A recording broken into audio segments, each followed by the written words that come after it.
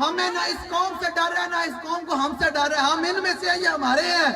ہاں، جو Bullet proof گاڑیوں میں گھومتے ہوں، ایسے لاؤ لشکر کے ساتھ گھومتے ہوں، ان کو خوف ہے. اگر آپ ان لوگوں کو چاہتے ہیں تو یاد رکھیے گا، آپ بھی غلام رہیں گے، آپ کی نسلیں بھی غلام رہیں گی.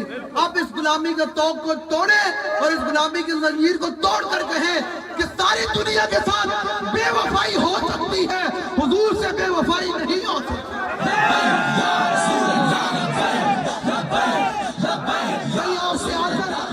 آپ نے گھبرانا نہیں ہے. مر تو ہم نے ایسے بھی جانا ہے، موت تو ایسے ہی آ جانی ہے. اس موت کی کیا بات ہو جو سرکار کے نام پر آ جائے. سمجھ آجیے، آپ نے کوئی آپ سے پوچھے کہ آپ کا لبیک سے تعلق ہے تو کہو ہاں، میرا خون بھی لبیک کے لیے، میرا مال بھی لبیک کے لیے، میرے بچے بھی لبیک کے لیے، میرا سب کچھ لبیک کے لیے. ایسے کر کے میں سندھ والوں کو یہ بتانا چاہتا ہوں کہ ہم پوری تحریک سندھ کی عوام کے ساتھ ایسے آگے کھڑی ہوئی. آپ کو کوئی دھمکی دے، ہاں آپ یاد رکھیے گا یہ جو جنہوں نے ہمارے ایک کارکن کو شہید کر کے سمجھا کہ ہم ڈر جائیں گے، آج ہم نے نکل کر بتا دیا کہ ہم ڈرنے والے نہیں ہیں.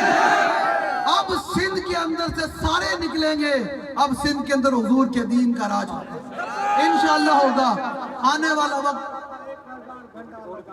اب دیکھیں نا یار، یہ ہے اقبال کہتا ہے یہ جبر و قہر نہیں ہے، عشق و مستی ہے. کہ ایک بیٹا دے کر بھی اس کے والد نے آج سوئم پر اعلان کیا کہ میرے 2 اور بیٹے حاضر ہیں.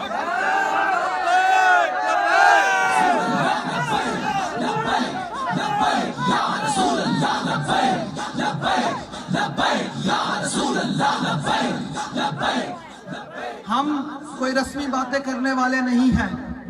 ہاں، ہم نے کر دکھایا کہ ہم نہ بکنے والے ہیں نہ جھکنے والے ہیں. اور الحمدللہ ہمارے ان ذمہ داران نے کھڑے ہو کر بتا دیا ہے، ہمیں جیت ملے نہ ملے، یہ ہے جو ہمارا کھڑا ہو جانا نا ان ظالموں کے خلاف، یہی ہماری جیت ہے، یہی ہماری جیت ہے. انشاءاللہ یہ جو آپ حضور کے غلام آگے، آپ نے فیصلہ سنا دیا ہے کہ اب سندھ کے اندر کوئی اور نہیں چلے گا، اب سندھ کے اندر حضور کا دین چلے گا. اب میں آپ کی زبان کے اندر نعرہ لگاؤں گا، کیونکہ یہ بابا جی نے یہ ساری لسانیت کی، جنہوں نے بت بنائے ہوئے تھے اپنے معاملات وزارتیں سیدھا کرنے کے لیے، بابا جی نے یہ ساری لسانیت، تعصب اور یہ ساری خاندانیت، یہ جو بھی معاملات ہیں بابا جی نے ختم کر کر ہمیں حضور کا غلام بنا دیا. ہمیں حضور کا، تو ہم اب میں آپ کی زبان میں آئو آئو آئو آئو آئو آئو آئو آئو.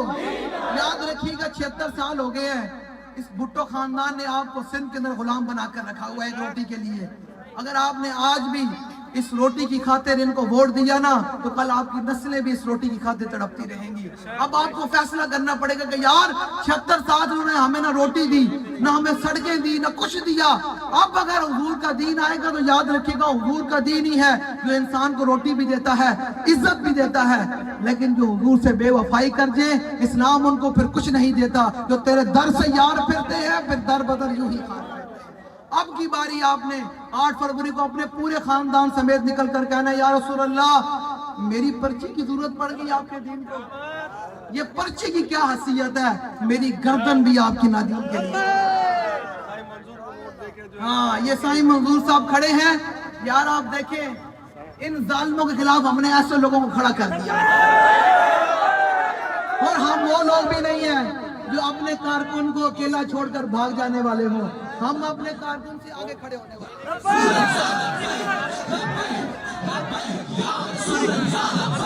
میرا تمام ایجنسیز کو اور تمام ایک منٹ ہمارا تمام سیاسی جماعتوں کو یہ پیغام ہے کہ ہمارے کسی کارکن کو، کسی امیدوار کو، ذمہ داران کو لاوارث نہ سمجھا جائے. یہ وارث ان کے موجود ہے،